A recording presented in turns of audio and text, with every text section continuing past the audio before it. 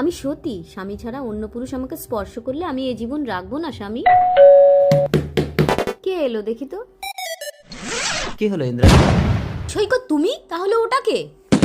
আমি সৈকত। না, আমি সৈকত। ওকে বের করে দাও ইন্দ্রাণী, আমি সৈকত। না, বিশ্বাস করো ইন্দ্রাণী, আমি সৈকত, ও ইচ্ছেধারী।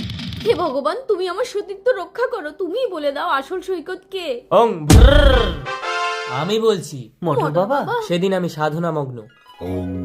পিপাসায় বুক ফেটে যাচ্ছে, একটু জল।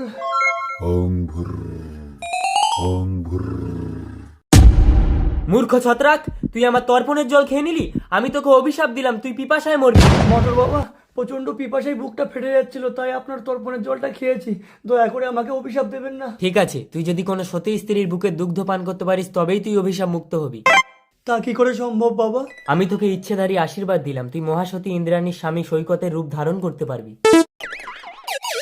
আমি সৈকত। যা, বেরিয়ে যা। ওং ভ্রর।